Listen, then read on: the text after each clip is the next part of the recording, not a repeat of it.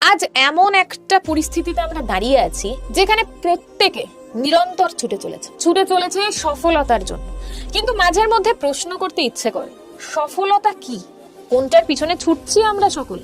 সফলতা মানে কি এটা যে একটা ভালো মোটা মাইনের চাকরি এবং নিজের মধ্যে অহংবোধ, নাকি সফলতা মানে এটা যাতে সুস্থ স্বাভাবিকভাবে জীবনযাপন করা যায়, নিজের সাথে সাথে নিজের পারিপার্শ্বিক লোকজনকেও সুখে রাখা যায়, নিজের সবটুকু দিয়ে অপরকে সাহায্য করা যায়, অপরের পাশে দাঁড়ানো যায়? নাকি সফলতা মানে শুধু এটুকুই যে নিজের অহংবোধের সাথে অপরকে ছোট করে দেওয়া যায়, নিজের মহত্ব দেখাতে গিয়ে, নিজের সফলতা দেখাতে গিয়ে অন্যের চোখে জল এনে দেওয়া যায়? কোনটা সফলতা? কিভাবে বাঁচতে চাই আসলে আমরা? সত্যি কি একটা সরকারি চাকরি মোটা মাইনে আমাদেরকে সব সুখ দিতে পারে, নাকি যতটুকু রয়েছে ততটুকুর মধ্যেই আমরা সযত্নে তা গুছিয়ে আনন্দের সাথে জীবনযাপন করতে পারি? সত্যি সফলতা কি?